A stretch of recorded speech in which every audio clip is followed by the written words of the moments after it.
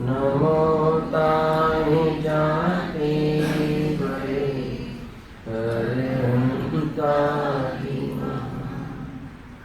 हरि मंगल करियो महा ग्रंथ करण को का जाते मिले समाज सब पाले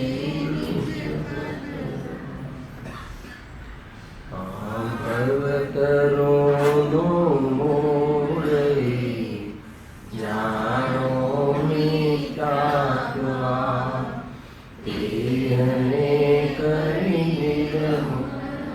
हरे करिए मोक्ष आत्म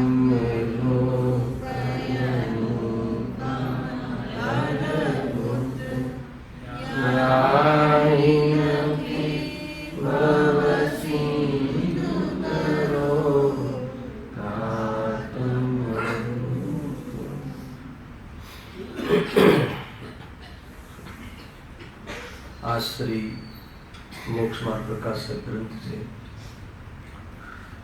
सातमा अधिकार पर આપણે સ્વાધ્યાય પ્રારંભ કરીએ છીએ। એમાં મૂળ વાત એ છે કે જૈન મત અનુયાયી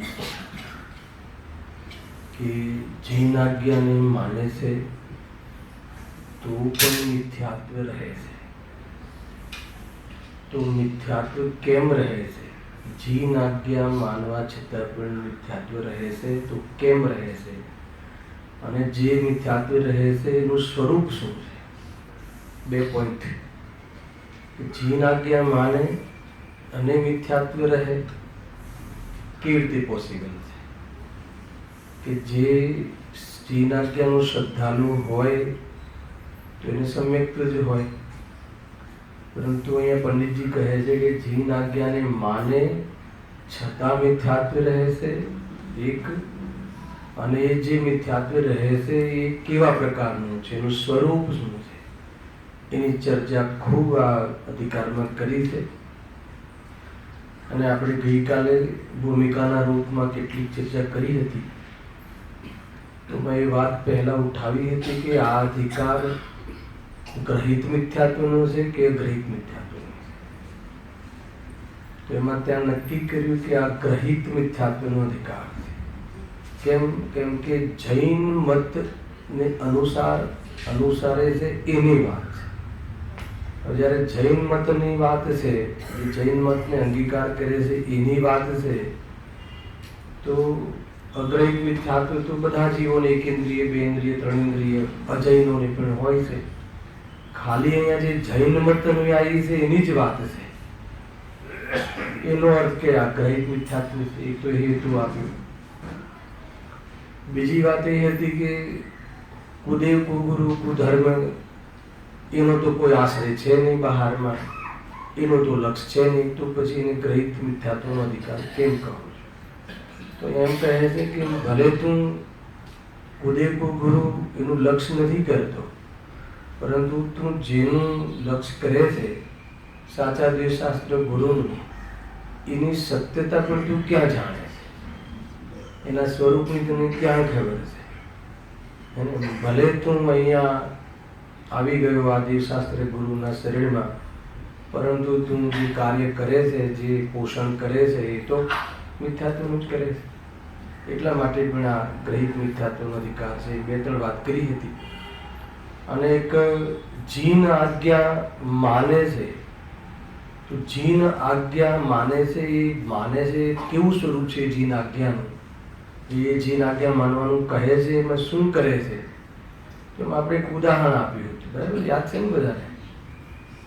તો વહુનું ઉદાહરણ આપ્યું હતું, નવી વહુનું, કે આદમી જોઈને કચરો નાખજે, બરાબર છે? તો આપણને બહુ મૂર્ખ લાગી હશે, परंतु मारो सभाने प्रश्न है कि इन्हें सासुनी आज्ञा मानी के ना मानी, ये कहो। એને કહ્યું ને, સાસુએ કહ્યું કે ભાઈ તું માણસ જોઈને કચરું ના હરી. હવે એને જે ત્યાં કર્યું કે હજુ કોઈ માણસ આવતો જ નથી, કચરું કોના પર ફેંકું, તો કેટલી આજ્ઞાકારી કહેવાય સાસુની. બરાબર છે કે નહીં? હા, તો એ જ ભૂલ છે અહીંયા. તો કે જીન આજ્ઞા માને છે એનો અર્થ અહીંયા શું કે શાસ્ત્ર અભ્યાસ ઘણો છે જીન આજ્ઞા માનવાનો, અને આગમના અનુસાર જાણકારી તત્વોની સાચી છે ને ઘણી છે. બરાબર છે. શાસ્ત્ર અભ્યાસ હોવા છતાં કમી શું રહી ગઈ? તો આ પૂરા અધિકારમાં એક નવો શબ્દ અહીંયા વારંવાર આવશે કે ભાવ ભાષણ નથી. હવે એ શબ્દ બહુ ચાલશે આગળ, એટલે અત્યારથી તમને કહું કે મર્મ નથી સમજતો. જીનવાણી માતાએ જે કથન કર્યા છે એનો આશય શું છે, એનો મર્મ શું છે, એ ભાવ એને ભાસતો નથી. બેનશ્રી એમ કહે છે કે મોક્ષને સુખરૂપ કહે તો કે ઓગે ઓગે કહે છે, ઉપર ઉપરથી કહે છે, એને ભાવ ભાષણ નથી. હવે એનો અર્થ આગળ બહુ ખુલાસા બંધ આવશે. આ તો અત્યારથી તમને સ્થાપના કરું છું કે શું આમાં કે ભાઈ જાણે છે બધું, પણ એને શું કહેવા માંગે છે, એનો શું આશય છે એ એને ખ્યાલ નથી આવતો. એટલા માટે એને મિથ્યાત્વ બન્યું રહે છે. એટલું જ નહીં, આપણે બન્યું રહે છે એટલેથી આપણને વાત બેસતી નથી. આગળ બી વાત કહી હતી કે એ ઉપરથી એનું પોષણ કરે છે. મિથ્યાત્વ બન્યું રહે એ તો ઠીક છે, પણ એ આગમના આધાર પર આગમના કથનોના અર્થ ખોટા કાઢી ભાવાસન ન હોવાના કારણે એ અનાદિનું જે મિથ્યાત્વ છે એનું શું કરે છે? પોષણ કરે છે, દ્રઢ કરે છે. એનો અર્થ થઈ ગયો કે આ ગ્રહિત મિથ્યાત્વનો વિકાસ છે, સૂક્ષ્મ ગ્રહિત મિથ્યાત્વ આવશે આગળ. આટલી ચર્ચા આપણે કાલે મોટી મોટી થઈ હતી. હવે ફરીથી આપણે વાંચીને આગળ વધીએ છીએ. હવે જે જીવો જૈન છે અને જીન આજ્ઞાને માને છે તેમને પણ મિથ્યાત્વ રહે છે, તેનું અહીં વર્ણન કરીએ છીએ. બરાબર છે. મિથ્યાત્વ રહે છે. શું કામ વર્ણન કર્યો છો? કેમ કે મિથ્યાત્વ શત્રુનો અંશ પણ ગુરુ છે, મિથ્યાત્વ વૈરીનો અંશ પણ ગુરુ છે. અહીંયા એમ કહ્યું મિથ્યાત્વ રૂપી શત્રુનો અંશ પણ ગુરુ છે, અંશ પણ. એમાં આપણે કાલે એક પ્રશ્ન કર્યો હતો કે મિથ્યાત્વ તો અખંડ રૂપથી હોય છે, એમાં કઈ અંશ રહેતો હોતો નથી. કે ભાઈ આપણને અત્યારે અમારે 75% મિથ્યાત્વ જતું રહ્યું છે અને 25% રહ્યું છે, હવે જોશું એમ. એવું મિથ્યાત્વમાં નથી. રાગમાં અંશભેદ પડે છે. રાગ જવાનો પેલી એક ચોકડી કિસાઈનો અભાવ, પછી બીજી ચોકડી કિસાઈનો અભાવ, એ રીતે એમાં તો ભેદ પડે છે રાગના ભાવનો. મિથ્યાત્વમાં એમ નથી થતું. તો અહીંયા મિથ્યાત્વ શત્રુનો અંશ પણ બુરો છે એમ કહીને પંડિતજીને શું કહેવું છે કે જે સ્થૂલ મિથ્યાત્વ, જો આગળ લખ્યું છે એટલે કહું છું, તેથી એ સૂક્ષ્મ મિથ્યાત્વ પણ ત્યાગવા યોગ્ય છે. એટલે સૂક્ષ્મ મિથ્યાત્વ એટલે અહીંયા શું લેવું છે કે ભલે જે ઉદયપુ ગુરુ જે 5મા 6ઠ્ઠા અધિકારમાં કહ્યું એવી ટાઈપનું તને એટલું સ્થૂલ મિથ્યાત્વ દુનિયાને જો ખ્યાલમાં આવી જાય એવું મિથ્યાત્વ ભલે તને ના હોય, એનાથી તું બચી ગયો હોય, પરંતુ જે આ સૂક્ષ્મ મિથ્યાત્વ અમે જે કહીએ છીએ અહીંયા જીનવાણીનો આધાર લઈને તું પોષણ કરે છે, એ મિથ્યાત્વ પણ બુરું છે. કેમ કે આ એવું મિથ્યાત્વ છે, જૈન મત અનુયાયીનું એવું મિથ્યાત્વ છે. કેવું છે કે એક પ્રકારથી એમ સમજી લો કે લિબાસ તો છે સમ્યત્વનો, ડ્રેસ તો છે સમ્યત્વનો, પણ કાર્ય છે મિથ્યાત્વ. ખ્યાલ? લિબાસ કેવો છે? શાસ્ત્ર સ્વાધ્યાય કરે છે, નિરૂપણ સાચું કરે છે, શુદ્ધની વાત કરે તો એમ લાગે કે જાણે આને આત્મા મળી ગયો હોય. ખ્યાલ આવે કે ચંડાન યુગની વાત કરે તો એમ લાગે કે એની વિશુદ્ધિ તો બધી આના ઘરમાં જ ભરી હોય, એવું લાગે આપણને. એટલે લિબાસ કેવો છે? તો આમ સત્યપણાનો લિબાસ છે, સાચાપણાનો, બહારનો ડ્રેસ કોડ તો, પરંતુ અંદરમાં એની અભિપ્રાય જે છે એ અભિપ્રાયમાં તો ખરેખર ખોટું જ પોષણ કરે છે, મિથ્યાત્વનું રાગનું જ પોષણ કરે છે. એમ અહીંયા કહેવું છે. તો અહીંયા મિથ્યાત્વ શત્રુનો અંશ પણ બુરો છે. એમાં શું લખ્યું? કદાચ મોહની મનતા હોઈ શકે, બરાબર છે, પણ એનો અભાવ થાય તો જ મોક્ષ માર્ગનો પ્રારંભ થાય છે. ભ્રાંતિ તો ભ્રાંતિ જ છે. ભ્રાંતિ ઢીલી પડે અને એનો અભાવ થાય એટલું બને, પણ ભ્રાંતિ થોડીક ગઈ છે અને થોડીક ભ્રાંતિ રહી છે એવો અંશ ભેદ મિથ્યાત્વમાં નથી હોતો. અહીંયા તરત જ પંડિતજી એનું અનુસંધાન કર્યું કે તેથી એ સૂક્ષ્મ મિથ્યાત્વ. હવે સ્થૂલ મિથ્યાત્વ અને સૂક્ષ્મ મિથ્યાત્વ થોડુંક સમજી લઈએ, પછી આગળ વધીએ. પ્રાયઃ જ્યારે અગ્રહિત મિથ્યાત્વ અને ગ્રહિત મિથ્યાત્વ એની અપેક્ષાએ સ્થૂલ અને સૂક્ષ્મનો ભેદ કરવામાં આવે તો અગ્રહિત મિથ્યાત્વને શું કહે છે? સૂક્ષ્મ મિથ્યાત્વ કહે છે, અને ગ્રહિત મિથ્યાત્વને સ્થૂલ મિથ્યાત્વ કહે છે. બરાબર છે. બાકી મિથ્યાત્વ એક એવી પ્રક્રિયા છે, મિથ્યાત્વ એક એવો દોષ છે કે કોઈ ક્રિયાને લઈને આને મિથ્યાત્વ છે એવું તમે ન કહી શકો. એવી કોઈ ક્રિયા બહારમાં નથી હોતી કે જેને લઈને તમે એ જીવને મિથ્યા દૃષ્ટિનું સર્ટિફિકેટ આપી શકો. અગ્રહિત મિથ્યા દૃષ્ટિનું કઈ રીતે આપશો બોલો? પૂજા તો જ્ઞાની કરે છે, પૂજા તો અજ્ઞાની કરે છે, બરાબર છે કે? વ્રત આદિનું પાલન તો જ્ઞાની બી કરે છે, અજ્ઞાની બી કરે છે. દેવ દર્શન રેગ્યુલર સટાવશે, જ્ઞાની પણ પાડે છે, આ પણ પાડે છે. જ્ઞાની પણ દુકાને જાય છે, અજ્ઞાની પણ દુકાને જાય છે. જ્ઞાની બી લગ્ન કરે છે, ભોગ કરે છે, અજ્ઞાની બી કરે છે. તો કઈ ક્રિયાને લઈને આ મિથ્યા દ્રષ્ટિ છે કે આ સમ્યક દ્રષ્ટિ છે એવું કહી ના શકાય. ખ્યાલ આવે? કેમ કે મિથ્યાત્વ માન્યતામાં હોય છે, ક્રિયામાં નથી. એ શું માને છે એ, એટલે જે અગ્રહિત અનાદિનું મિથ્યાત્વ છે એને લઈને તમે કોઈ ક્રિયાને લઈને કહી ના શકો. એ અપેક્ષાએ અગ્રહિત મિથ્યાત્વને સૂક્ષ્મ મિથ્યાત્વ કહે છે. સૂક્ષ્મ છે, ઘણું સૂક્ષ્મ. પરિણામ તો ખ્યાલ આવી જાય. ક્રિયામાં પણ ખોટી ક્રિયા, સાચી ક્રિયા, અશુભ ક્રિયા, શુભ ક્રિયા, અને તો દેખાય. ક્રિયામાં તો ધંધો આદિ કરે, વેપાર આદિ કરે, ભોજન આદિ કરે, ક્લબોમાં નાચે અને હોટલોમાં જાય, તો કે આ બધી અશુભ ક્રિયાઓ છે. મંદિરમાં આવે, પ્રતિષ્ઠામાં પાર્ટિસિપેટ કરે, એમાં યોગદાન આપે, તો બધી શુભ ક્રિયાઓ છે. કદાચિત તેના પરિણામનો પણ ખ્યાલ આવી જાય, હે ને? થોડીક વાત કરો તો એના પરિણામનો પણ ખ્યાલ આવી જાય, મનતા તીવ્રતાનો પણ અભિપ્રાય. હવે શું માને છે એ તો એ જાણે ને સર્વિકે જાણે. એટલા માટે અગ્રહિત મિથ્યાત્વને સૂક્ષ્મ કહ્યું છે.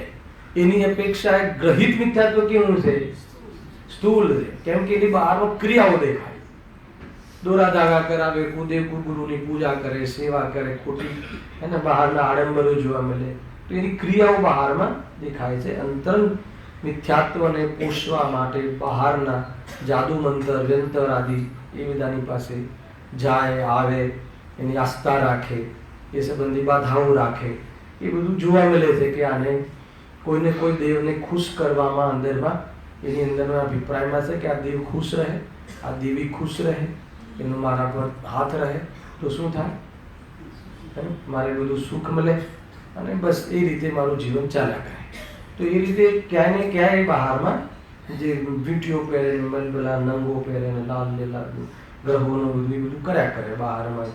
એ બધી જેને અંધશ્રદ્ધા કહેવાય છે અત્યારે લૌકિકમાં, તો એ બધી ક્રિયાઓ દેખાય છે. એટલે ગ્રહિત મિથ્યાત્વ તો માથે ચડીને બોલે, અને પંચમકાલમાં તો ગ્રહિત મિથ્યાત્વની બહુ બોલવાના છે.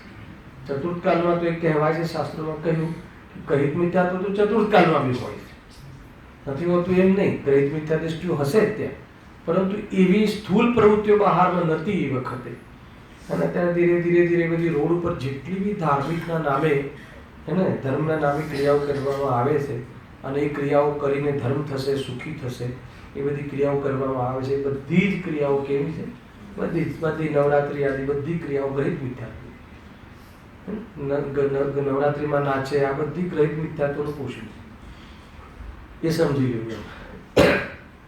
એ થઈ ગઈ ગ્રહિત મિથ્યાત્વની વાત.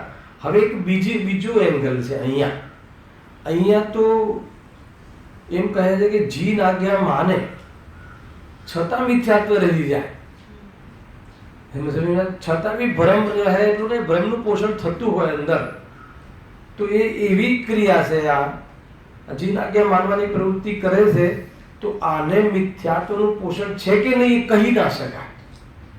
કેમ કે હવે તો બહારમાં સાચા દેવશાસ્ત્ર ગુરુના સંપર્કમાં રહે છે, બધી જ આધ્યાત્મિક એંગલ આ છે, બધું કન્સેપ્ટ ક્લિયર છે, બધી ચર્ચા વાર્તા કરે છે, અને અંદરમાં છતાં બી મિથ્યાત્વ બની રહે છે, તો એ અપેક્ષાએ આ જે ગ્રહિત મિથ્યાત્વ 5મા 6ઠા વાળું એના કરતા આ ગ્રહિત મિથ્યાત્વ કેવું છે?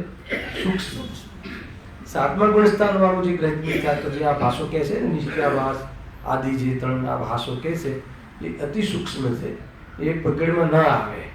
એ કોને પકડમાં ના આવે? બીજાને પકડમાં ના આવે, સ્વયંને આવે. તો પછી કેમ ના છોડે? કેમ કે એને મિથ્યાત્વમાં રસ છે. આ બહુ ગજબની વાત છે. બીજાને શું ખ્યાલ આવે કે હું શું માનું છું, હું અહીંયા નિરૂપણ કરતો હોય, માનો કે નિશ્ચય નહીંનું, અને એમાં મને અંદરમાં એકાંત છે કે ને નિરૂપણ તો જે જ્ઞાની છે એ બી જાણે નિરૂપણ કરે તો એવું લાગે કે ખાલી આમને તો શુદ્ધને જ દેખાય છે. એના માટે તો ગાથાઓ મૂકવામાં આવી છે એને કે ભાઈ તમને શુદ્ધનો પક્ષ હોય એવું લાગે છે. ઉપદેશી એવું જવાબ આપે છે કે ભાઈ અમને તો વાસ્તવમાં વિતરાગતાની પ્રાર્થના છે, અમને શુદ્ધનો પક્ષ નથી, પણ કરે શું કે શુદ્ધનો વિષય છે એનો આશ્રય કરતા વિતરાગતા પ્રગટ થાય છે. અમારે કોઈ શુદ્ધનો પક્ષ છે અને અશુદ્ધનો પક્ષપાત છે એવું છે નહીં. અમારું પ્રયોજન વિતરાગતા છે, અને જેના લક્ષથી વિતરાગતા થાય એની અમે ચર્ચા કરીએ છીએ, અને અમે એના આશ્રયમાં જવાનો ઉપદેશ આપીએ છીએ, અને અમે પોતે પ્રેરિત થઈને પુરુષાર્થ કરીએ છીએ. એવી ઘણી બધી ચર્ચાઓ આમાં આગળ આવશે. બહુ પેશન્સ રાખજો આ અધિકારમાં. બહુ બહુ ખૂણે ખૂણેથી અંદરથી ભૂલો કાઢવામાં આવશે. એ રીતે છે. હવે જો આગળ, તેથી સૂક્ષ્મ મિથ્યાત્વ પણ ત્યાગવા યોગ્ય છે. હવે કયું છે સૂક્ષ્મ મિથ્યાત્વ એની ચર્ચા બીજા પેરેગ્રાફમાં. કેવી રીતે વિશે આગળ વધશે જીતુભાઈ જોજો, મજા આવશે. હવે જે પેરેગ્રાફ છે એ પેરેગ્રાફમાં સૂક્ષ્મ મિથ્યાત્વ ક્યાં છે એની ચર્ચા છે. કયું સૂક્ષ્મ મિથ્યાત્વ કયા પ્રકારનું છે એ અહીંયા બતાવીશું. જીનાગમમાં નિશ્ચય વ્યવહારનું વર્ણન છે, બરાબર છે. તેમાં યથાર્થનું નામ નિશ્ચય તથા ઉપચારનું નામ વ્યવહાર છે. તેના સ્વરૂપને નહીં જાણતા અન્યથા પ્રવર્તે છે તે અહીં કહીએ છીએ. બસ આ. અને મિથ્યાત્વનું જે કારણ છે, આ જે સ્વાધ્યાય કરે છે, શાસ્ત્ર સ્વાધ્યાય કરે છે તો બી મિથ્યાત્વ કેમ રહે છે એનું કારણ બતાવ્યું. ખ્યાલમાં આવ્યું કે નહીં? અને આ શું કે નિશ્ચય વ્યવહારનું વર્ણન છે કઈ જગ્યાએ? જીનાગમમાં. અને લોકમાં પણ આપણે નિશ્ચય વ્યવહારની રીતે જ આપણે પ્રવર્તીએ છીએ. જે બી તમે જે બી ચર્ચા કરો છો એ નિશ્ચય વ્યવહાર પૂર્વક જ કરો. તમે જોઈ લેજો જીવનમાં કોઈ બી તમે કથન કરો, હે ને, ઘીનો ડબ્બો આ તે બધું કહો છો તે બધું નિશ્ચય વ્યવહારનું તો વર્ણન છે. અને એમાં ત્યાં નિશ્ચય વ્યવહાર સમજી લઈએ છીએ કે ભાઈ ઘીનો ડબ્બો જે છે, ડબ્બો સ્ટીલનો જ હોય, જે ડબ્બાના સંયોગમાં ઘી હોય એ ડબ્બાનું નામ ઘીનું ડબ્બો છે. ત્યાં તો બરાબર આપણે અર્થ કાઢી લઈએ છીએ અને બરાબર સમજી લઈએ છીએ. ભાઈ જબરજસ્ત વસ્તુ છે કે નિરૂપણ કઈ હોય અને સમજવાનું કઈ હોય. લોકની અંદર પણ કાલે આખું ઉદાહરણ જોયું ને, મેં સવારે બી યાદ કર્યું. શું યાદ કર્યું? કે આદમી જોઈને કચરો ફેંકજે, હે ને, એનો અર્થ શું કાઢવાનો હતો? કોઈ આદમી દેખાય તો કચરો નહીં નાખતી, હે ને, કથન કઈ અને એને સમજવાનું કઈ. લોકમાં પણ એમ છે ને કે ભાઈ બોલવામાં કઈ આવે છે અને સમજવાનું કઈ જુદું હોય છે. તો એ રીતે છે આ જીનાગમમાં પણ એવું છે. લોકમાં બી બે વસ્તુ છે ને, કે આદમી દેખીને નાખજે, એટલે આદમી દેખાય તો નહીં નાખતી કચરો. એમ હતું ને, કોઈ મનુષ્ય દેખાય તો કચરો નહીં નાખો. અને બોલવાનું શું થયું? કોઈ મનુષ્ય કોઈ માણસ દેખાય તો દેખીને કચરો નાખજે, એટલે દેખાય તો નહીં નાખતી. એનો અર્થ એવો કાઢ્યો, બોલવાનું કઈ હોય છે અને અર્થ કઈ હોય છે. હેલા હવે આ રીતે છે. આ બધું હવે એ જ્યારે લોકની અંદર પણ અગર જો એ રીતે નિરૂપણ થતું હોય તો જીનાગમમાં તો પછી હોય ને. પણ અહીંયા આપણે એ અર્થ કાઢવા નથી માગતા, પોષણ કરવા માંગીએ છીએ પોતાને જે ગમતું હોય ને. હું તો ઘણી વાર કહું છું કે જે આપણે જાણીએ તો છીએ પદાર્થને, પણ આપણે રુચિ અનુસાર જાણીએ છીએ, આપણી રુચિ અનુસાર જાણીએ. જેવી વસ્તુ છે એવી રીતે જાણવાનું કાર્ય તો ધર્મ થઈ જાય. અને આપણે કોઈ બીને જાણીએ, ગુરુદેવને જાણીએ છીએ, ભગવાન મહાવીરને જાણીએ છીએ, જૈન ધર્મને જાણીએ છીએ, પણ આપણે રુચિ અનુસાર. એટલે મારો ધર્મ છે, તમારો ધર્મ ખોટો છે. કેમ તમારો ધર્મ સાચો છે? કે ખબર નહીં, આ મારો ધર્મ સાચો છે, આ મારો છે એટલે સાચો છે. કેમ સાચો છે ખબર નથી. વિતરાગતા છે, હે ને, આમાં સુખી થવાના સાચા કારણ છે. રાગ હોય તો કેવી રીતે સુખી થવાય, રાગ ના હોય તો જ સુખી થવાય, એ બધા સાચા કારણ છે એટલે આ ધર્મ સાચો છે એવું નથી માનતો. એ કેવું તે માને છે? આ મારો છે એટલે સાચો છે. હવે આ થઈ ગયો પક્ષ, આ એકાંત છે. આ બધું તો કોઈ ઠેકાણું નથી હોતું જીવનું. એ બહુ જોરદાર ફરતી વાંચું છું. જીનાગમમાં નિશ્ચય વ્યવહાર રૂપ વર્ણન છે. રૂપ લખ્યું, નિશ્ચય રૂપ વ્યવહારનું વર્ણન છે. હવે તેમાં નિશ્ચય કોને કહે છે? યથાર્થનું નામ નિશ્ચય તથા ઉપચારનું નામ વ્યવહાર છે. તેના સ્વરૂપને નહીં જાણતા અન્યથા પ્રવર્તે છે તે અહીં કહીએ છીએ. આ જે પણ કોઈ ભૂલો થશે ને હવે 3 પ્રકારની, આના કારણે એ સ્વરૂપ નથી સમજતો, ભગવાને કહેલા કથનનો મર્મ ખબર નથી હોતી, એટલા માટે એને આ ભૂલ અહીંયા રહી જાય છે અથવા આ ભૂલ અહીંયા કેળવાય છે. શું થાય છે? ભૂલ કેળવાય, પોસાય છે. ગજબની વસ્તુ. યથાર્થ છે એ નિશ્ચય છે. યથાર્થનું નામ નિશ્ચય છે, ઉપચારનું નામ વ્યવહાર છે. એટલે આપણે શું કરવાનું? જે યથાર્થ છે એને અંગીકાર કરવાનો, એટલે એને અનુભવ કરવાનો, અને જે ઉપચાર છે એના પર દ્વેષ કરવાનો. શું કરવાનું? જે ઉપચાર છે એને પોતાનું સ્વરૂપ માનીને અનુભવ નહીં કરવાનો. અને એટલા માટે જાણેલો પ્રયોજનવાન છે. જાણવું છે એ રીતે પ્રયોગ કરવામાં આવે છે. એમ કહે છે યથાર્થનું નામ નિશ્ચય તથા ઉપચારનું નામ વ્યવહાર. તેના સ્વરૂપને નહીં જાણવાથી અન્યથા પ્રવર્તે છે. આ તમને ખ્યાલ હશે કે નિશ્ચયનો જે વિષય છે અથવા નિશ્ચય નહીં જે છે એ વસ્તુના યથાર્થ સ્વરૂપને કહે છે, અથવા જે જ્ઞાન અથવા જે કથન અને વસ્તુના યથાર્થ સ્વરૂપને જાણે એ જ્ઞાનની પર્યાયને નિશ્ચયની કહે છે, અથવા એ કથનને નિશ્ચયનું કથન કહે છે. અને જે જ્ઞાન વસ્તુના ઉપચાર સ્વરૂપને બતાવે, સમજે, જાણે એને વ્યવહારને કહેવાય છે, અથવા એવું કથન કરે એને વ્યવહારનું કથન કહેવાય છે. તો એમાં આપણે કરવાનું શું હતું? નિશ્ચયનું તો જે કથન છે એ જેમ કહે એમ માનવાનું હતું. જો બતાવું તમને શાસ્ત્ર કરવાની પદ્ધતિ કાઢો, પહેલાથી જ લઈએ આપણે એમાં કેવી રીતે થોડુંક. પહેલું જ પાનું છે ને, પહેલા પણ શાસ્ત્રો અર્થ કરવાની પદ્ધતિ ત્યાં લખેલું, એકદમ પહેલું ફર્સ્ટ પેજ. મોક્ષા પ્રકાશકનું મંગળાચરણ છે ને, આગળ મળ્યું પહેલું પેજ છે. અનુક્રમાણિકા પછી તર્ક વાંચું. અનુક્રમાણિકા છે ને, અનુક્રમાણિકા ને પછી તર્ક આવે છે. એ જ શાસ્ત્રો અર્થ કરવાની પદ્ધતિ. જો વ્યવહારને, સ્વદ્રવ્ય પરદ્રવ્યને, તેવા ભાવોને, તેના ભાવોને તથા કાળ કાર્યાદિકને કોઈના કોઈમાં ભેળવી નિરૂપણ કરે છે. શું કહ્યું? શું કામ કરતું હશે વ્યવહારને? આ બધા પ્રશ્નો થયો છે ને. વ્યવહાર નહીં, આ બધી છે ને આગળ એવું ભણાઈ ગયું છે. નહીં કોને કહે છે બરાબર. સિદ્ધિને કે અમે તો પેલું પ્રવચન છે અમારું. શું કહીએ? નહીં કોને કહે છે, પ્રમાણ કોને કહે છે, બહુ વાર ચર્ચા થઈ ગઈ છે. 2 મિનિટમાં બતાવી દઉં, નહીં તો આગળ ખુલશે નહીં વાત. ધીરે ધીરે લઈએ. પ્રમાણ અને નહીં જ્ઞાનની પર્યાય છે, બરાબર. જે જ્ઞાનની પર્યાય, જે જ્ઞાનની પર્યાયનો વિષય પૂરી વસ્તુ બને પર્યાય સહિતની, બરાબર, એને પ્રમાણ જ્ઞાન કહે છે. પર્યાય સહિતની વસ્તુ જે જ્ઞાનનો વિષય બને એને પ્રમાણ જ્ઞાન કહે છે. અને કઈ પર્યાય? તો કે બધી પર્યાય, શુભ અશુભ નહીં, બધી જ પર્યાય.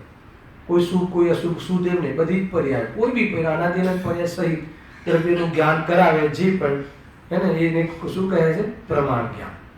અને એ જે કથન કરે એને પૂરી વસ્તુનું કથન કરે, પર્યાય સહિતનું કથન, એને પ્રમાણ કથન કહે છે. એટલું સમજવું. પ્રમાણ જ્ઞાન સમ્યક જ્ઞાન છે એ રીતે છે. પેલા પ્રમાણમાં આવવું જોઈએ, પ્રમાણની બહાર ન રહેવું જોઈએ, બધી ચર્ચાઓ છે. પ્રમાણની બહાર રહેવું નહીં ને પ્રમાણમાં અટકવું નહીં, એ બધી ચર્ચાઓ આમાં આવશે. તો એને પ્રમાણ કહે છે. પ્રમાણથી જે વસ્તુ જાણ્યું એ વસ્તુને કોઈ એક ધર્મને, કોઈ એક અંશને મુખ્ય કરીને જે જ્ઞાનની પ્રવૃત્તિ થાય અથવા જે કથન કરવામાં આવે એને શું કહેવાય? વ્યવહારને કહેવાય છે. કયું? ના, નય કહેવાય છે. એને નય કહેવાય છે. કોઈ એક અંશને મુખ્ય કરે. હવે એની અંદર વસ્તુના એ અંશને મુખ્ય કરે. કયા? ત્રિકાલ અંશને, સ્વાભાવિક અંશને, એને મુખ્ય કરીને કથન કરે અથવા જાણે એને નિશ્ચયને કહેવાય. અને એ વસ્તુના એવા અંશને જે તાત્કાલિક અંશ છે, જે અશુદ્ધ અંશ છે, બે શબ્દ કયા, ત્રૈકાલિક અંશ નથી. કેવલ જ્ઞાન તાત્કાલિક અંશ છે, રાગ તાત્કાલિક અંશ છે, કેવલ જ્ઞાન શુદ્ધ અંશ છે, રાગ અશુદ્ધ અંશ છે. ઓલી સ્વભાવ પર્યાય છે, અવિભાવ પર્યાય છે, પરંતુ શું છે, તાત્કાલિક છે, ત્રૈકાલિક નથી. કેવલ જ્ઞાન ત્રૈકાલિક નથી, કેવલ જ્ઞાન શક્તિ ત્રૈકાલિક છે. ખ્યાલ આવ્યો? કેવલ જ્ઞાન સાદી શાંત છે અથવા સાદી અનંત છે, એમ બરાબર છે. એટલે એવી કોઈ પર્યાયને મુખ્ય કરી એની વસ્તુનું સ્વરૂપ સૃષ્ટિ કરવામાં આવે, જાણવામાં આવે, એને વ્યવહારને કહેવામાં આવે. હવે આ તો નયનનું બધું સ્વરૂપ જાણી લીધું, એટલે પેલા પ્રમાણ દ્વારા આખી વસ્તુ, કોની કઈ વસ્તુને જાણવી છે નક્કી કરકે મારે જીવ દ્રવ્ય જાણવું છે, બરાબર છે. શું કામ જાણવું છે? હે ને? તો કે મારે જીવ દ્રવ્ય પરમાત્મા બની શકે છે ને, એટલા માટે એ જીવનું સ્વરૂપ જાણવું છે. તો કે હવે એ જીવ દ્રવ્ય તો કેવી છે? તો કે અત્યારે બધી પર્યાય સહિત છે જીવ દ્રવ્ય. હવે એની અંદર એક એવું સ્વરૂપ પડ્યું છે, કયું? શુદ્ધાત્મા, ભગવાન આત્મા, સ્વભાવ, ત્રિકાલ સ્વભાવ. તો એ શું છે? એનો મૂળ સ્વભાવ છે. તો એને મુખ્ય કરીને જે કથન કરે એને નિશ્ચય કહેવાય છે. તો નિશ્ચયનો જે વિષય છે એમાં શું કરવાનું? એ આપણું અસલ સ્વરૂપ છે. એની ઓળથી પોતાને જોવો, પોતાનું સ્વરૂપ માનવું, અનુભવ કરવો, એની સાથે એને લઈને અથવા એ જ હું છું એમ અનુભવ કરવો, એ નિશ્ચયને એનું પ્રગટપણું છે. અને વ્યવહારને જે વસ્તુ બતાવે એનું શું કરવાનું? કોઈ બી એમ કહેવામાં આવે કે વ્યવહાર નહીંનું કથન છે, એટલે પહેલા એ વસ્તુ નથી એમ નહીં, એમ નથી એમ એટલે શું? હમણાં હું કહીશ, હમણાં પરિભાષામાં અંદર જઈશું, હે ને? કે આ જીવ અત્યારે મનુષ્ય છે, એકાએક એનું કથન થયું છે, જીવ મનુષ્ય છે. તો કોઈ પર્યાય સહિત કોઈ દ્રવ્યને, બીજા લખ્યું ને, સ્વદ્રવ્યને પરદ્રવ્યમાં, સ્વદ્રવ્ય ભગવાન આત્મા, જીવ, અને પરદ્રવ્ય શરીર, એકબીજામાં મેળવીને કથન કરે, બતાવે, જણાવે, સમજે, એને શું કહેવાય? વ્યવહાર. વ્યવહારનો જે વિષય છે એને શું કરવાનું? વ્યવહારનો જે વિષય છે એને મેળવીને પોતાની સાથે મિલાવીને અનુભવ નહીં કરવાનો, અથવા એને પોતાનું સ્વરૂપ છે એ સ્વરૂપમાં મિલાવીને અનુભવ નહીં કરવાનો. તો કેવી રીતે અનુભવ કરવાનો? કે એ તાત્કાલિક છે, એ કર્મકૃત છે, એ સ્વરૂપથી ભિન્ન છે, એ પરમેનન્ટ નથી, એ મારું સ્વરૂપ નથી, એમ સમજવું જોઈએ. પણ એ નથી એમ નહીં, હે ને? આ જીવ મનુષ્ય છે એમ નથી, પણ મનુષ્યપણું નથી એમ નથી. શું કહ્યું? જીવ મનુષ્ય છે એમ નથી, પરંતુ એ મનુષ્યપણું ત્યાં નથી એમ નથી. અને મનુષ્ય, કેમ કે તમે એમ કહેશો કે મનુષ્યપણું તો છે જ નહીં, હમણાં આવશે ને નિશ્ચયાભાસ, મનુષ્ય શું હોય? અરે મનુષ્ય ના હોય એવું કેવી રીતે છે? ના દેખાય છે, તું શું જવાબ આપીશ પછી?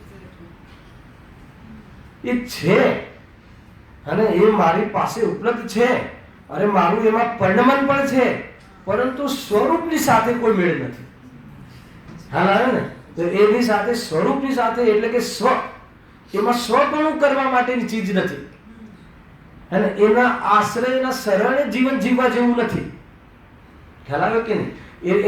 એનો આશ્રય ના લેવો એટલે એના આશ્રય, એનું શરણ ના માનવું કે આ જ મારું સ્વરૂપ છે, કેમ કે આ તો અધ્રુવ છે, આ મનુષ્ય જતું રહેશે, હેલા તો દુઃખી થઈ જઈશ.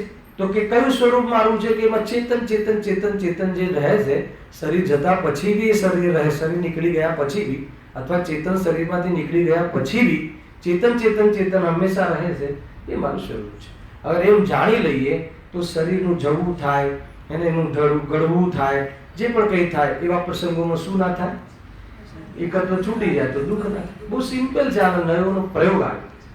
ખ્યાલ? કોઈને કોઈ સ્વદ્રવ્યને અને પરદ્રવ્યને, વાત એમના ભાવોને, એમના ભાવોને મેળવીને કથન કરે છે વ્યવહારને. કોઈ પૂછે ને કે ભાઈ કેટલું વજન છે તમારું? તો વજન કોનો ભાવ છે? તો તમે એમ નહીં કહેતા કે પૂદગલનું 80 કિલો વજન છે. એક તો એવું કથન મળે, એક એવું બોલે કે મારું 80 કિલો વજન છે. હેલા, હવે આ બંનેમાં સત્ય વચન કયું, ખોટું વચન કયું? અરે જે માનો કે પૂદગલનું 80 કિલો વજન છે, એ નિશ્ચય છે, બરાબર છે, અને મારું 80 કિલો વજન છે, એ વ્યવહારનું કથન છે, અથવા એ વ્યવહાર છે, બરાબર છે. તો મિથ્યાત્વ ક્યાં છે? મિથ્યાત્વ ક્યાં બેઠું છે? ગદ્દાર ક્યાં છે?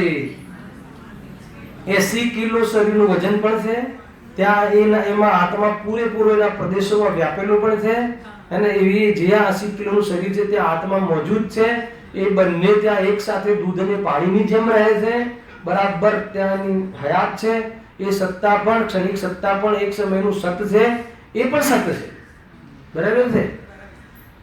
તો મિથ્યાત્વ ક્યાં છે? એને પોતાનું સ્વરૂપ માની લેવું. અચ્છા, પોતાનું સ્વરૂપ કેમ ના માનવું? કેમ ના માનવું? બધા એક એક પ્રશ્ન જોઈએ ને. કેમ કે એ શરીરનું વજન 60 કિલો બી થઈ જશે અને શરીરનો વિયોગ બી થઈ જશે, બરાબર છે. એટલા માટે મારું સ્વરૂપ નથી, પણ એમ થઈ જવા છતાં હું જે અરૂપી જે પદાર્થ છું એ હંમેશા રહું છું, એ મારું સ્વરૂપ છે. અગર જો એ આપણને દેખાઈ જાય, સમજાઈ જાય, હે ને, પછી શું થઈ જાય? શ્રદ્ધાઈ જાય, અનુભવાઈ જાય, પછી હે ને એ રીતે ભોગવાઈ જાય. શું સ્વરૂપ? તો શું થઈ જાય? તો કોઈ ગમે એટલું કહે ને એ દુબળા લાગો છો. આ દુબળા લાગો છો એ વ્યવહારનું કથન છે, પણ હું દુબળો છું એ મિથ્યાત્વ છે. ખ્યાલ આવે? બસ હવે એ તો અંદરમાં ચાલવાનું છે, એ તો અંદરની વાત છે, હે ને. એ તો અંદરમાં માન્યતામાં ચાલવાનું છે, અને કથન બધા અવાજમાં છે વ્યવહારના.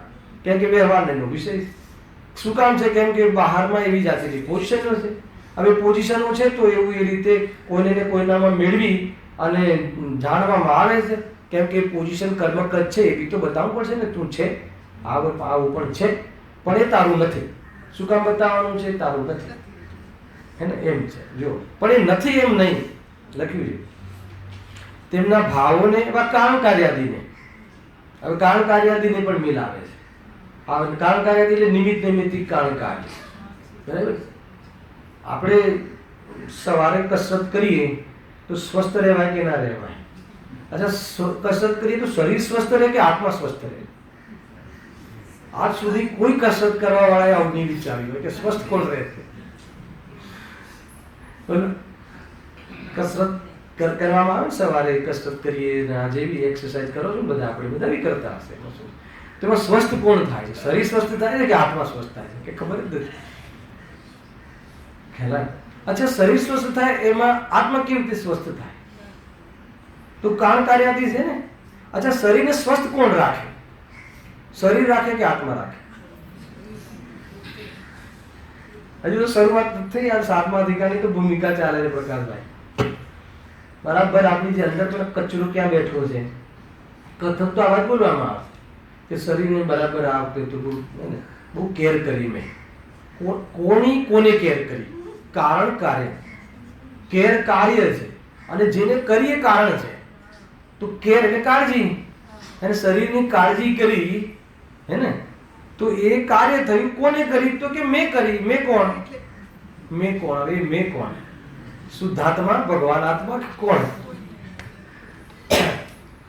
આત્માએ કરી. હલાવે કે નહીં? અચ્છા, આત્માએ એની કાળજી કરી એટલે શું? થોડું વિશ્લેષણ કરું ને, બહુ ભારે કામ છે. હવે આ ત્રીજો પોઈન્ટ છે ને, કારણ કાર્ય આદિ કોઈને ને કોઈમાં મિલાવીને વાતો નિયમિત ચાલે છે. હવે એમાં ભૂલ ક્યાં થઈ જાય છે પછી જોઈએ. પહેલા ચાલે છે કે નહીં? આવી વાતો નહીં તો પછી ના મિથ્યાત્વ થઈ જશે. બોલવાનું બંધ રાખશો કે શું? બોલીને મેન્ટેન ના થાય. માન્યતાને તોડવાની છે, પણ આ તો બોલવાનું તો માન્યતા તૂટ્યા પછી બી આવું જ રહેશે. હું કમાયો, હું કમાઈને લાવ્યો, મેં મતલબ આ બધું આ રીતે કથન તો આ રીતે થશે ને. હવે બતાવો કોને કોની સાચવણી કરી? શરીરે કરી કે ના? અચ્છા, એ કરી, એમાં કરી જ્ઞાની શું કહે છે? જ્ઞાની શું કહે છે? જ્ઞાની એમ કહે છે કે શરીર એના સ્વકાલમાં સચવાયું. એ અનુભવ કરવાનું હતું, બોલવાનું નહોતું. ખ્યાલ આવ્યો કે નહીં? બોલવામાં તેમ જ આવશે કે મેં એની સાચવણી કરી, બરાબર, ધ્યાન આપ્યું. અચ્છા, મેં એનું ધ્યાન આપ્યું એટલે શું? મારે તો એમાં રસ છે, એ બતાવી દોષ લે. પહેલા તો તમને મુમુક્ષુની સભામાં તમે તરત જ કહેશો કે ભાઈ હું એમાં નિમિત્ત હતો. શું કીધું? હું એમાં નિમિત્ત હતો. અચ્છા, તમે ઉપાદાન રૂપથી માનો તો શું દોષ આવે? અને નિમિત્ત રૂપથી બી કરતા માનો તો શું દોષ આવે? બધું સમય સાર છે. આ ઉપાદાન રૂપથી માનો તો જડ બનવાનો પ્રસંગ આવે. હું શરીરની કાળજી મેં કરી એમ ઉપાદાન રૂપથી માનો તો આત્મા ચેતન છે ને જડ બનવાનો પ્રસંગ આવે. કેમ કે વ્યાપકપણું હોય ત્યાં જ કરતા કર્મ લાગુ પડે છે. તો અને વ્યાપક એક દ્રવ્યની અને પર્યાયમાં વ્યાપક ભાવ હોય છે. એટલે ગૌ સ્વયં રોટલી રૂપે પરિણમે છે. તો પછી આત્મા ઉપાદાન રૂપથી તો કરતા નથી. ચલો નિમિત્ત તરીકે તો કરતા ખરું કે નહીં. કારણ કાર્ય આદિને કોઈને કોઈમાં મિલાવીને નિરૂપણ કરે છે અથવા જાણવામાં આવે છે, બતાવવામાં આવે છે. આ વ્યવહારનો વિષય છે. આ વ્યવહારનું સમ્યક સ્વરૂપ છે. વ્યવહારને પણ સમ્યક જ્ઞાનનો અંશ છે, પ્રમાણ જ્ઞાનનો અંશ. ખ્યાલ આવ્યો કે નહીં? થોડુંક પ્રયોગમાં લેવું જોઈએ ને. હવે કેવી રીતે કારણ કાર્ય આદિ જીત્યું હોય, કેવી રીતે? અચ્છા, મને બતાવો કે દોષ શું આવી જશે. આ છે સમસ્યાની ગાથા છે. અગર નિમિત્ત તરીકે કરતા માનીએ, નહીં તમે ઉપાદાનથી તો નહીં, પણ અમને તમે નિમિત્ત તરીકે ક્રેડિટ આપો. પહેલા તો જે ક્રેડિટ લેવા માંગે ને એ નિમિત્ત તરીકે ના માનતો હોય, એ ઉપાદાન તરીકે જ માનતો હોય. છતાં માની લો કે શાસ્ત્રમાં એને ક્રેડિટ આપવામાં તો આવે છે. આપણને સમ્યક દર્શન થાય તો એનું કારણ કોણ? દેવશાસ્ત્ર ગુરુ કહીએ છે ને, વિતરાગી દેવશાસ્ત્ર ગુરુ. એને કુદેકુ ગુરુ ન હોય, વિતરાગી દેવ ગુરુ શાસ્ત્ર હોય. બરાબર કે નહીં? આપણા સમ્યક દર્શનમાં કારણ કોણ હોય? કુદેકુ ગુરુ હોય કે વિતરાગી દેવ ગુરુ હોય? તો કારણ કહ્યું ને. અચ્છા, એમને પૂછો તમે માનો છો કે તમે કારણ છો? પણ શાસ્ત્રમાં કહ્યું છે કે વિતરાગી દેવ આપણે નિમિત્ત બનતા હોય છે. તો નિમિત્તિક કાર્ય એટલે જ્યારે કાર્ય થાય ત્યારે બહારમાં એવું કાર્ય થાય કે એના પર આરોપ આપી શકાય. શું આપી શકાય? કે આને કર્યું, પરંતુ કર્યું નથી. તો પછી શું કામ? કે નિમિત્તિક સમજાવવું છે. એટલે કે આ ઉપાદાન રૂપથી કારણ નથી. છતાં કોઈ એમ માને કે મને તો તમે નિમિત્ત તરીકે બી કહો કે ભાઈ બોરીવલી સમાજમાં જે ક્રાંતિ આવી સિમ્પલી જીતુભાઈ, હેને એક વાર તમે મને ચંદ્રકાંત ઉપાધ્યાય એને ક્રેડિટ જ નથી આપતા. મારા અજાણતામાં આપતા તો ખબર નહીં. મલાડથી એક ભાઈ આવે છે, એના કારણે મારા બોરીવલીના શ્રોતાઓમાં જાગૃતિ આવી ગઈ, જોરદાર બધી ઝીણી વાતો ખબર પડી ગઈ. બરાબર? હા, હવે મને એવું લાગ્યું કે તમે મને હવે કારણ તરીકે સ્વીકાર કર્યું. નિમિત્ત તો નિમિત્ત ને, ઉપાદાનથી તો તમે પોતે પરિણામો છો, નિમિત્ત તરીકે. અચ્છા, મારે નિમિત્ત તરીકે બી કારણ બનવું હોય તો મને શું પ્રોબ્લેમ આવે ખબર છે? બહુ જોરદાર લખ્યું છે કે મારે દરેક તમારા જેટલા બી બોરીવલીમાં જ્યારે સાધર્મ્ય આવશે તો એના ઉત્કર્ષ માટે મારે શું રહેવું પડશે? હાજર. અને હાજર રહેવું પડશે એનો અર્થ શું છે? એનો અર્થ ખબર છે? મારે હાજર રહેવું પડે એનો અર્થ બેન શું ખબર છે? કે મારે મારામાં ક્યારે નહીં જવાનું. એનો અર્થ કે મારો મોક્ષનો અભાવ થઈ જશે, પેલામાં સ્વરૂપનો અભાવ થઈ જશે એમ માનવામાં આવે તો. અને આમ માનવામાં આવે તો મોક્ષનો અભાવ થઈ જશે. કે પછી મોક્ષ જવાનો ચાન્સ જ નહીં બન્યા.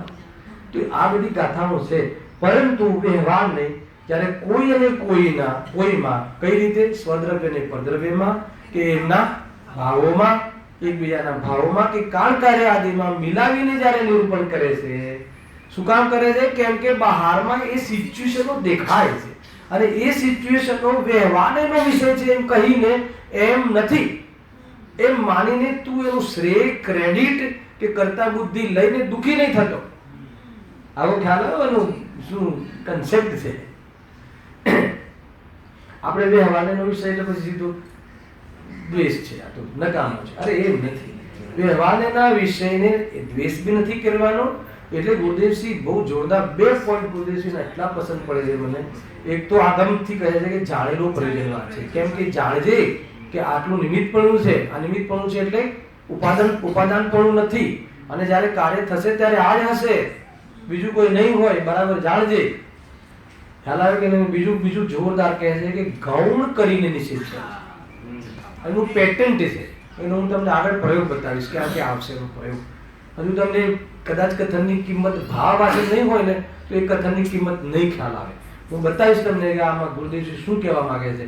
ગૌણ કરીને નિષેધ કરજે, તું એનો સર્વથા નિષેધ નહીં કરતો, નહીં તો આ ભાષા.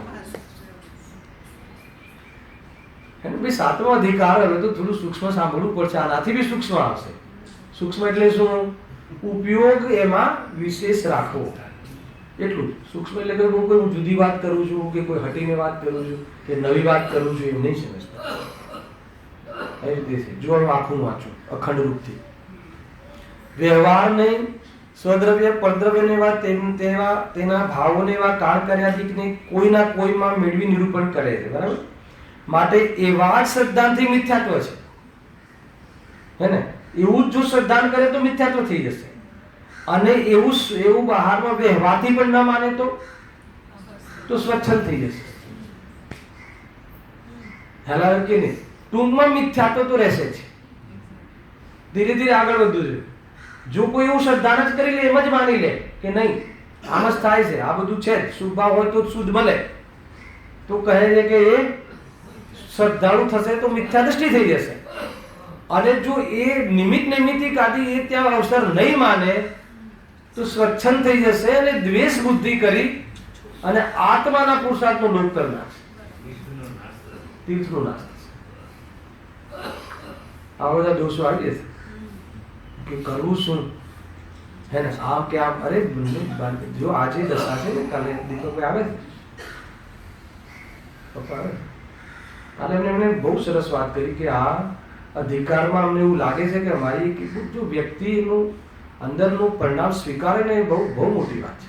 મને એમ કીધું કાલે, મને વાત હું રસ્તામાં વિચાર કરતો રહ્યો કે ઘણીવાર એવું જ લાગે છે કે જ્યારે કોઈ શુદ્ધ ની વાત કરતો હોય ને ત્યારે એમ લાગે કે આ સાચું છે. પછી જ્યારે કોઈ ચરણાની પર્યાયની વાત કરતો હોય ત્યારે લાગે કે આ સાચું છે. હા ને? બે પણ અમે નિર્ણય જ નથી કરી શકતા કે સાચું શું છે. મારે ઘણા બધા પ્રશ્નો કરવા છે તમને કે વર્તમાનમાં કોઈ નિશ્ચયાવાસી એકાદ હોય તો જરા લઈ આવજો મારી પાસે. હે ને? ગુરુદેવસિંહના વ્યાખ્યાનથી લોકો એમ કહે છે ને કે નિશ્ચયાવાસી થઈ જવાય. એક નિશ્ચયાવાસી હોય તો મને બતાવજો. હું ત્યારે નિશ્ચયાવાસીનું સ્વરૂપ બતાવીશ ને, એક લાવી આપજો, હું એને મોટું ઇનામ આપીશ. નિશ્ચયાવાસી ભલે એના કથન નિશ્ચયાવાસ ના હોય પણ એ છે વ્યવહારાવાસી કાં તો ઉભ્યાવાસી. બહુ જીદવટથી નીકળશે વાત. જરા શોધજો જરા. હું નિશ્ચય દ્રષ્ટિ સમય દ્રષ્ટિ શોધવા નથી કહેતો. નિશ્ચયાવાસી લઈ આવો એકાદ. એક સર્ટિફિકેટ વાળો બી કોઈ નિશ્ચયાવાસી લઈ આવજો કે આને અમે નિશ્ચયાવાસી કહીએ. નિરૂપણ નિશ્ચયાભાસ થઈ જાય એવું હોઈ શકે, પણ એ પોતે નિશ્ચયાવાસી તો એનું સ્વરૂપ તો એવું છે કે સીધું નરકમાં જાય. હે ને? નિશ્ચયાવાસીનું સ્વરૂપ એવું હોય છે. હમણાં લેશું આપણે કેવું હોય છે. વ્યવહારાભાસી વાળા જેમની વિશુદ્ધિ બહુ હોય છે પણ મોહમાં તકલીફ છે, અભિપ્રાયમાં ભૂલ છે. અને ઉભયાવાસી તો બહુ જોવા મળશે તમને. હે ને? ગંગા તટે ગંગાદાસ, જમના તટે આપણે તો બે સાચા, જે નથી જવાય એ બધા ઝઘડા કરે વિદ્વાનો, આપણે તો બે સાચા. અને એનાથી નીચે ઉતરીને ભાઈ તમે બોલતા રહો. આપણે તો જે આપણે જે કુળમાં જન્મ્યા હોય એને બી થોડોક ન્યાય આપી રહ્યું. તો નીચે ઉતરીને બધું જ તમે કહો એ પણ સાચું, એ કહે એ પણ સાચું, એ કહે એ પણ સાચું. ઉભયાવાસ તો બહુ ખતરનાક. અને ઉભયાવાસનું થોડું વાત નીકળી છે તો બતાવી દઉં કે ઉભયાવાસ એવું સ્વરૂપ છે કે બંનેને એક સમાન, હે ને, સરખા માને છે, એક સમાન માને છે, એક સમાન આદરણીય માને છે. હવે મને એમ તમને એક ઉદાહરણ આપું કે કોઈ વ્યક્તિ વોટિંગ કરવા જાય અને એક પડોશીમાં ભાજપ રહેતો અને એક પડોશીમાં કોંગ્રેસ રહેતો હોય. બંને અપીલ કરી હોય કે મને તું વોટ આપજે. હવે એવું વિચારે છે કે આપણે તો જેટલા પક્ષ છે એના બધા પર સિક્કા મારી દો, હે ને? તું બી લઈ જા વોટ, તું બી વોટ લઈ જા, તું બી લઈ જા, આપણે બધાને વોટ આપીએ. મને બતાવો કે વોટ જે છે, હે ને, એ નિષ્ફળ ગયો મતલબ ફેલ છે કે સક્સેસ છે? એનો વોટ બગડી ગયો, એનો વોટ ગણતરીમાં નથી આવતું. તો જેને આપણે તો બધા સમાન છે એવું માને એનો મનુષ્યમાં બગડી ગયો. ઉભયાભાસીનું સ્વરૂપ ભાઈ ઉભયાભાસી બહુ જોવા મળશે, વ્યવહારાભાસી બી બહુ ઓછા જોવા મળશે. અને નિશ્ચયાભાસી તો ખૂબ ખોડે ક્યાંક હોય તો હોય, જોવા જ નહીં મળે. આવે શું કામ જ્યારે સ્વાધ્યાયથી તમે માનતો જ ના તો સ્વાધ્યાયમાં દેખાય શું કામ? સ્વાધ્યાય તો કઈ છે જ નહીં, પછી સ્વાધ્યાયમાં શું કામ દેખાય?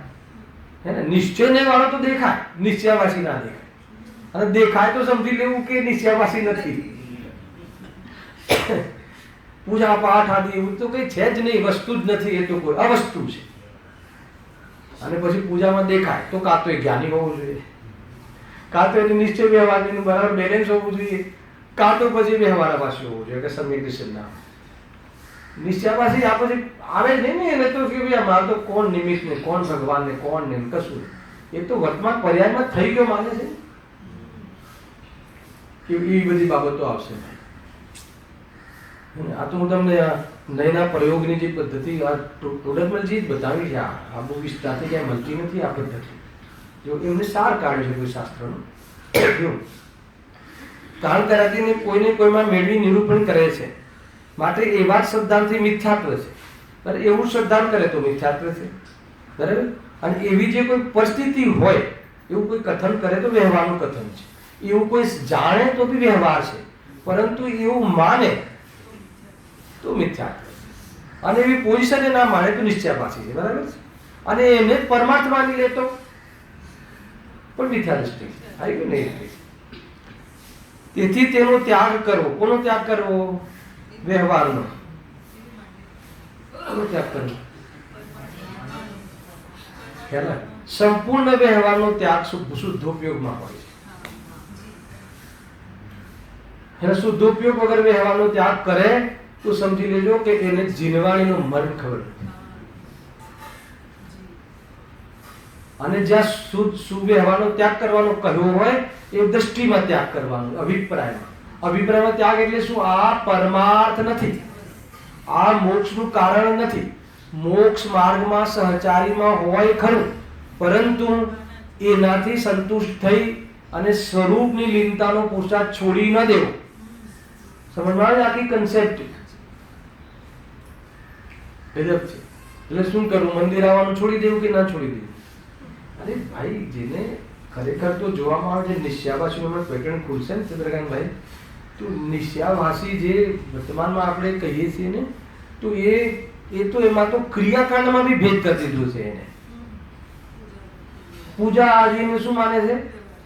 ક્રિયાકાંડ વ્યવહાર, અને સ્વાધ્યાય નિશ્ચય માને છે.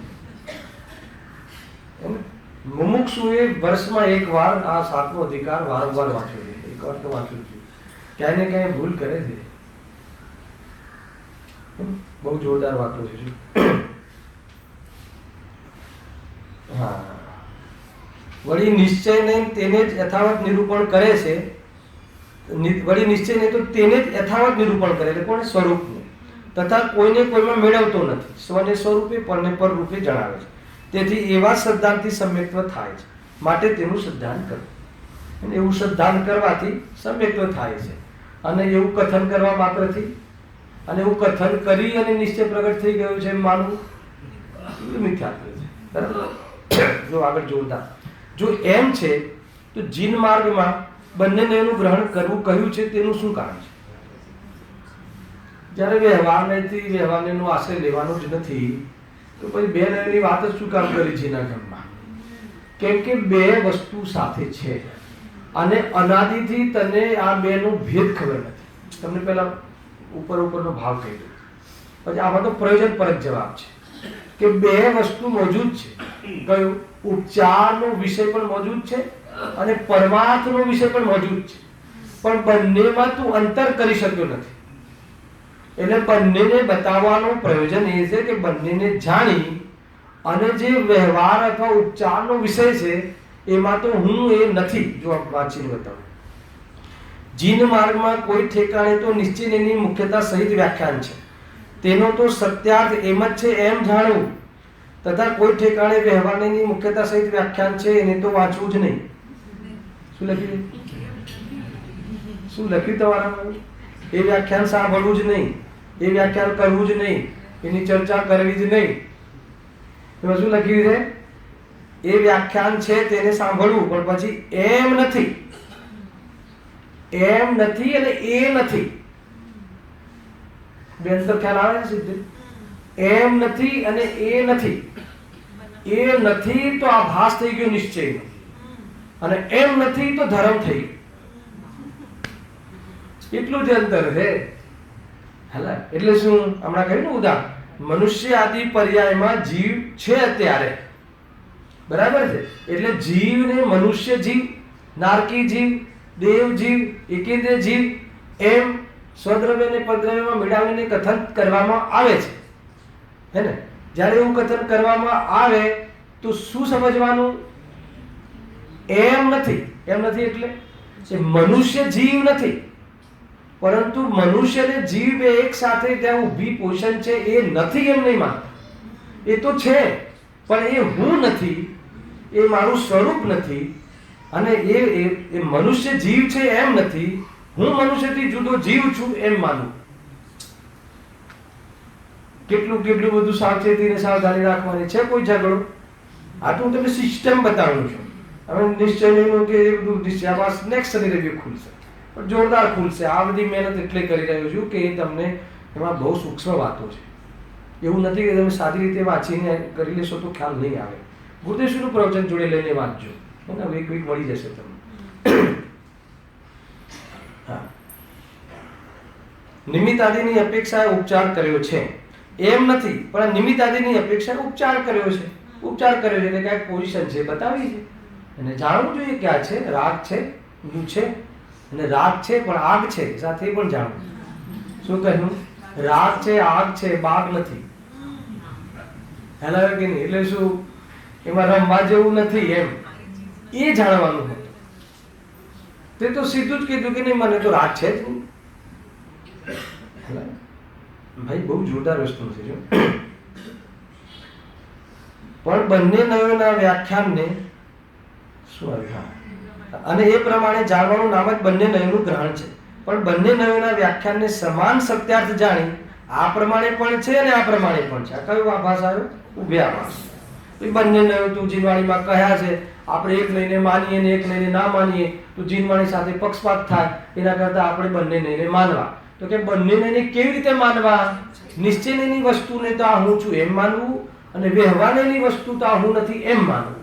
પરંતુ બંને લઈને સમાન નહીં માનવા, બંને લઈને એક સરખા આદરણીય નહીં માનવા, બંને જ નહીંથી આત્માનું સ્વરૂપ પ્રાપ્ત થાય છે એમ નહીં માનવું. હાલાર કે નહીં? ઘણી વખત સ્વપન પ્રકાશકમાં હું આ વાત કહું છું કે આ જીવ જ્ઞાન સ્વપન પ્રકાશક છે. કોઈ કહે કે જીવ સ્વને જાણે છે પરને નથી જાણતો, બરાબર છે? તો હું તો કહું છું કે સ્વને નથી જાણતો. હાલા, સ્વને નથી જાણતો. અજ્ઞાની તો સ્વને નથી જાણતો, અને અજ્ઞાની તો પરને નથી જાણતો. કોઈ એમ કહે કે નહીં અજ્ઞાની પરને જાણે છે અને જ્ઞાની સ્વને જાણે છે, અને સ્વ પર કેવલી જાણે છે. કાંઈ ઠેકાણું નથી. શું કહ્યું? જ્ઞાની સમ્યક દ્રષ્ટિ સ્વને જાણે છે, અજ્ઞાની પરને જાણે છે, અને કેવલી સ્વપરને જાણે છે. પ્રકાશ બરાબર કથન છે. અને આ અધિકારમાં પરીક્ષા લેવા જેવી છું, પેપર બનાવીને આપીશ. બરાબર? કોને જાણે? અરે અજ્ઞાની ખરેખર પરને નથી જાણતો. કેમ કે એ તો પરને નથી જાણતો, કેમ કે પરને સ્વ તરીકે જાણે છે.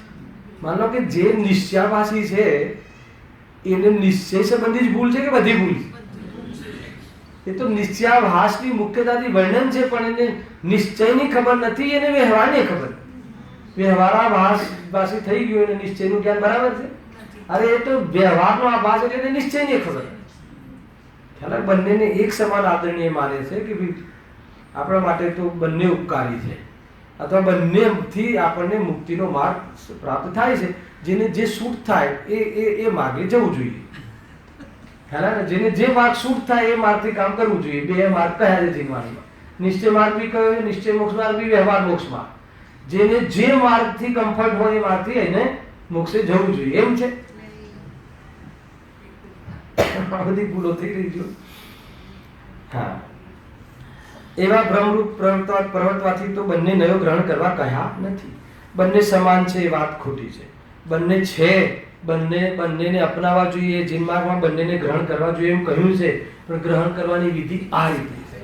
અને જે બે નહીં ગ્રહણ કરવા એટલે એક સમાન છે એમ માનીને ગ્રહણ નહીં કરવા. ત્રીજી લીટી તો પ્રશ્ન સમયસારની ઓળખી છે, વાંચી લઉં છું. જો વ્યવહારને અસત્યાર્થ છે તો જીન માર્ગમાં તેનો ઉપદેશ શા માટે આ? એક નિશ્ચયનું નિરૂપણ કરવું હતું. એવો તર્ક શ્રી સમયસારમાં કર્યો છે ત્યાં ઉત્તર આપ્યો છે કે જેમ કોઈ અનાર્ય મલેચ્છને મલેચ્છ ભાષા વિના અર્થગ્રહણ કરાવવા કોઈ સમર્થ નથી, તેમ વ્યવહાર વિના પરમાર્થનો ઉપદેશ અશક્ય છે. તેથી વ્યવહારનો ઉપદેશ છે. વળી એ જ સૂત્રની વ્યાખ્યામાં એમ કહ્યું છે કે એ પ્રમાણે નિશ્ચયને અંગીકાર કરાવવા માટે વ્યવહાર વડે ઉપદેશ આપીએ છીએ, પણ વ્યવહાર નહીં છે તે અંગીકાર કરવા યોગ્ય નથી. વ્યવહારનો ઉપદેશ પણ આપવા યોગ્ય નથી એવું નથી લખ્યું. શું લખ્યું? વ્યવહાર વડે ઉપદેશ આપીએ છીએ પણ વ્યવહાર નહીં છે તે અંગીકાર કરવા યોગ્ય નથી. ઉપદેશ તો વ્યવહાર નહીં છે, ઉપદેશ આપવો જ વ્યવહાર. તમે કોઈ બી કથન બોલશો તો એમાં નય વગર અસંભવ છે, અસંભવ છે, આવ્યા વગર રહે નહીં. ટૂંકમાં આપણે અહીંયા એમ કહ્યું કે ભાઈ જીન આજ્ઞાને માને છે છતાં મિથ્યાત્વ રહે છે, એનું કારણ શું? તો એના કારણ રૂપમાં પંડિતજી અહીંયા બે પંક્તિ જબરજસ્ત લખી નાખી કે નિશ્ચય જીનાગમમાં નિશ્ચય વ્યવહારનું વર્ણન છે. કેમ કે જીન આજ્ઞા માનવું એટલે શું? ફરીથી સ્ટેપ બાય સ્ટેપ લઈએ, 3 સ્ટેપ પછી આગળ વધીએ. 3 સ્ટેપ કયા છે? કે જીન આજ્ઞા માને છે એને પણ મિથ્યાત્વ રહે છે. જીન આજ્ઞા માને છે એમાં શું લેવું? કે જે શાસ્ત્રનો અભ્યાસી છે એનું નામ જીન આજ્ઞા માનવી. ટૂંકમાં તમે આ જીન આજ્ઞા માને છે તો પણ મિથ્યાત્વ રહે છે એ પંક્તિની ટીકા છે. આ ટોટલ 7મો ટીકા. તમે હર જગ્યાએ શોધજો કે અહીંયા જીન આજ્ઞાનું માનવું થયું એ શું છે અને છતાં મિથ્યાત્વ કેમ રહ્યું એ બતાવે છે પંડિતજી એ શું છે. તમે દરેક જગ્યાએ શોધજો તો 7મો અધિકાર તમને કામ આવે છે, હે ને? અને દરેક જગ્યાએ આધાર આપીને વાત ચાલશે. અહીંયા જે આપણને આપણી સામે આ તત્વનો વિરોધ કરે છે એ પણ શાસ્ત્રનો આધાર આપીને કરે છે. ધ્યાન રાખજો. એવું નથી કે કોઈ ફાલતુ છે જે આપણે કહીએ ને કે ભાઈ આ લોકો વિરોધ કરે છે, મિત્ર પક્ષ વિરોધ કરે છે. આ પક્ષો કેમ પડી ગયા બધી જ ચર્ચા આમાં કરીશું. બહુ શાંતિથી સાંભળજો. અને એક જ જાજમ પર 4 પક્ષ ચાલતા હોય, અહીંયા ને અહીંયા. એવું કેમ થયું? તો કહે છે કે ભાવાસન નથી, એ મર્મનાસન. અને એવું નથી, એ આધાર તમને શાસ્ત્રનો જ આપશે. તો ગુરુદેવના પ્રવચન કાઢી કાઢીને બતાવશે. જો ગુરુદેવ લખ્યું છે કે નિશ્ચય સત્ય છે, એ ભૂતાર્થ છે, એ યથાર્થ છે, અને વ્યવહાર અસત્ય છે, અયથાર્થ છે, જૂઠી નહીંનું કથન છે, એ ગુરુદેવશ્રીનું નામ આપીને બતાવશે. હવે તમે એને સમજાવો. હવે એનું તમે કેવી રીતે સમજાવશો? અરે ભાઈ બહુ મોટી વાત છે. અને ગુરુદેવશ્રી આમ કથન જો તમને બતાવું, એક જ કથનમાં એક જ પ્રવચનમાં 2 નયનો સમન્વય તમને કાઢતા આવડવું જોઈએ. જ્યારે ગુરુદેવશ્રીની એક ધારા ચાલે કે આત્મા ચૈતન્ય સ્વરૂપ છે, રાગ આદિનો અને દેહ આદિનો ત્રણેય કાળમાં જેનામાં અભાવ છે, બંને વચ્ચે અત્યંત અભાવ છે, એવું ભગવાન આત્મા ચૈતન્ય સ્વરૂપ હું છું. આ કહ્યું, આ શુદ્ધની વાત થઈ ગઈ. અને તરત જ એને એમ લાગે કે સભા આ પચાવી શકતી નથી. તરત જ અને અહીંયા સર્વજ્ઞ ભગવાન બિરાજમાન છે. સાંભળજો. અને સમોષણમાં હાલ બિરાજે છે, કરોડ પૂર્વનું વાયુ છે, 500 ધનુષનું શરીર છે. શું કહ્યું? 1 સેકન્ડ પહેલા તો એમ કહે છે કે આ આત્મા ભગવાન આત્મા ચૈતન્ય સ્વરૂપમાં દેહનો ત્રણેય કાળે અભાવ છે. દેહ શું હોય? દેહ ને આત્મા એક જળ છે, એક ચેતન છે. હું ચેતન સ્વરૂપ છું. એને બંને વચ્ચે અત્યંત અભાવ છે. અને તરત જ ચંદ્રકાંત બીજી સેકન્ડ અહીંયા વિધેય ક્ષેત્રમાં પાછા સમોષરણમાં આત્મા ક્યાં હોય? સમોષરણમાં હોય કે અસંખ્યાત પ્રદેશમાં હોય? હવે ક્યાં લડશો તમે? ભગવાન સમોષરણમાં બિરાજે છે એટલું નહીં, અનાદિ અનંત નહીં, કરોડ પૂર્વનું આયુ છે. ખ્યાલ? અને એટલું નહીં, શરીરની આત્માની સાઈઝ 500 ધનુષના દેહ પ્રમાણ બિરાજમાન છે. અને એમની વાણીમાં 100 ઇન્દ્રોની હાજરીમાં ફરમાવે છે ધાડ દઈને કે હું ચૈતન્ય સ્વરૂપ છું. હવે એને અનુસંધાન કરો. વ્યવહાર એ જ પ્રવચનમાં વ્યવહાર નહીં, એ જ પ્રવચનમાં એને નિશ્ચય નહીં. હવે નક્કી તમારે કરવાનું છે કે ખરેખર શરીર છે કે નથી. ઘણી બધી વાતો છે. આપણે આની ચર્ચા આ તો ખાલી ભૂમિકાથી. હવે નિશ્ચયાવાસીનું સ્વરૂપ આપણે પ્રારંભ કરીશું શનિવારે. તમે આ વાંચીને આવજો તો તમને વિશેષતા લાગશે. સહેજાનંદી સુંદર સ્વરૂપ